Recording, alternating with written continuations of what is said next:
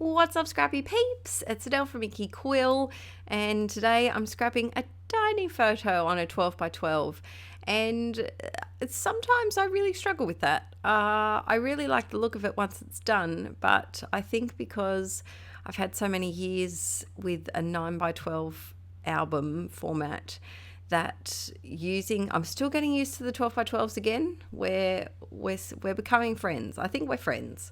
But there's still some rough patches between our friendship, and using tiny 3 by 4 photos on a big 12 by 12 canvas, I guess you could call it, is one of those areas that makes me feel a little rusty. But we're just embracing it today, and to add to the challenge, we're using an extraordinarily busy background. So I picked up this paper pad from Kmart. No, not from Kmart, from Spotlight. And it was party themed, and my intention behind buying this particular paper pad, because some of the pages are not my usual go-to pattern. Basically, they're not vintage florals. They're very far from vintage florals. The reason why I bought it is that I have been doing a card making series over on Patreon for the past year, and we're continuing it into 2022 as well. And I am going to do some children's birthday cards in March. So I thought that this paper pad would be a great jumping off point for that. And so I thought, because there's so freaking much going on in this background squiggle pattern, I thought, let's embrace the giant embellishments. And I know, peeps, you and I, we've had chats about giant embellishments and my feelings towards them.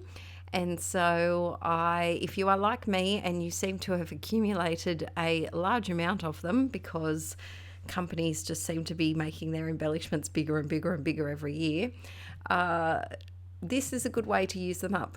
Pair them with a super ridiculously busy background, because then you don't feel as bad about covering up as much of the background. That's my justification to it anyway.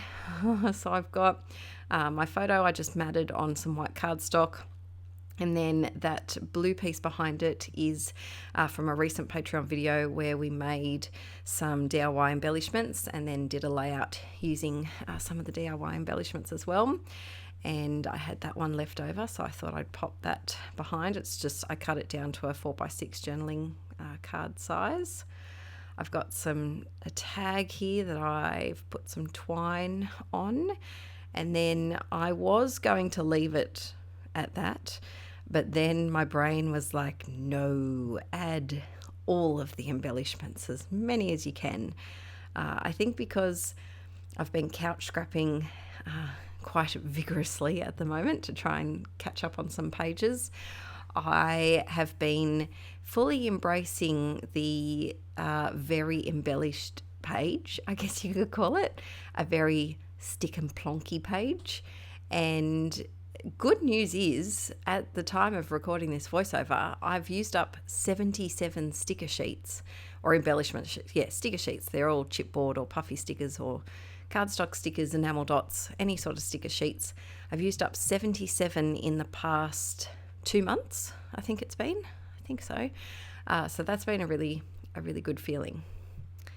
So now I'm going through this little box. This little container of ephemera is one that I keep on the top of my Rascog cart, and its main purpose is laziness, because I don't put the pieces of ephemera away once I open a pack, or, I've got some sticker sheets in here that don't have many left, and I thought it was a good opportunity to try and use up these ones first, because they're not the bright, shiny new things that I've got in my stash. Not that I don't think I've bought anything new for quite a while, for a couple of months anyway. That's quite a while in my scrapbook buying, but yeah, so these are from past collections, and they're just, I just have a bit of a love-hate relationship with ephemera. I don't mean to make this layout sound negative. I just wanted to really challenge myself with a lot of things that I find challenging: the big ephemera, the busy background paper, the tiny photo, the 12 by 12 canvas size, just all the challenges. But it's nice to challenge yourself every now and then. So I went through my little box of tricks there, and I had this frame. Frames are something else that I struggle with, and I think because when I first started using frames, when I started scrapping in 2013, we were still in that very heavy cut your photo up stage, and a lot of the layouts that I saw used these chipboard frames as photo frames, and so the photos would be cut down to size. They'd be cut into circles or ovals depending on what size the frame was. And so in my head I always just see frames as having to go on a photo, but they don't. I've been really enjoying using them as journaling at the moment, and either putting sometimes I put a separate piece of paper behind them just to differentiate the background a little bit more. I should also add, it is pouring here today. It's a lovely summer day, and the temperature is only 19 degrees and raining, which is very uncommon. Celsius, that is.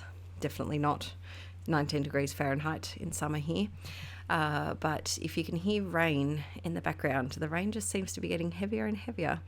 I just posted on Insta Stories actually a sneak peek of this, and my utter joy that it was raining today, because I wouldn't be interrupted by my neighbours mowing their lawns. Seriously, peeps, where I live, the people that live around me are very concerned about their lawn maintenance. I would say every 5 days, some of them are out there maintaining their lawn. They're whippersnippering, they're lawn mowing, they're doing every noisy thing they can to their lawn. And it's not fun for voiceovers, as I'm sure you peeps know by listening to me rant about it all the time. Sorry, peeps.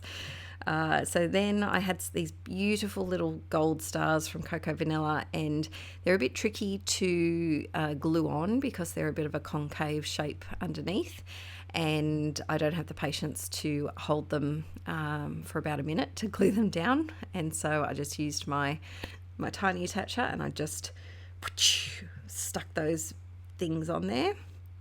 And now I'm going through and just seeing what tiny things I can add. A butterfly, because I thought, hey, we've already thrown enough challenges at this page. Why not add the thing that you're deathly afraid of?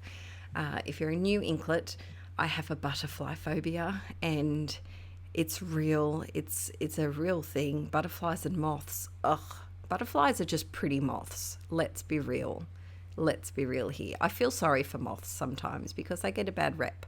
And so they should, because they fly too erratically. But butterflies are just pretty moths. So let's continue into something more constructive in a scrapbooking process video, apart from me ranting about moths. And these thickers are ginormous. I picked these up a little while ago. I'm not sure if they're a new thicker or an older one, and they're ginormous, and you get a bunch of letters. But the frustrating thing is that most of them you only get one of the lowercase and one of the uppercase, except for the vowels and possibly maybe like T and S, I think. And so it is a little tricky. I don't think they'll last that long. I did get 3 packets because of that, and because I can never buy 1 pack of thickers because I just go through them too quickly and then I can't write any more titles. So I usually buy thickers in sets of 2, or in this case of my all-time favourite font, this one here. I think it's called Happy. Is it called Happy? One of the ones that I love I know is called Happy. Maybe it's not this one. But this one I have about 6 packets, and I'm starting to get a bit cautious about when I use them, because it's just the most perfect font, this typewriter one. So I decided to call my page Pigtail Princess, because this photo is one of the first times that I was able to squeeze some pigtails into Violet's hair. So of course I had to document my utter excitement at that.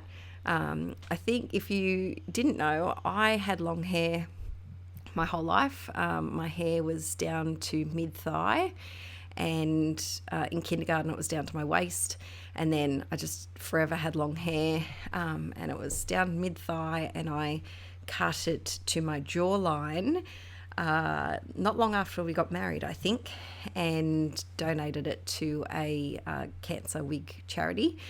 And so I love doing hair. Not that I do mine often anymore, but I'm very excited to be able to put Violet's hair in 2 plaits one day when she goes to school, just like I used to. All right, peeps, I hope you've enjoyed this ranty tangent of moths, pigtails, and lawn maintenance. And I hope it's given you some ideas to use some of your scrappy stash. Don't forget to give this video a thumbs up if you liked it, and I'll see you very soon. Bye!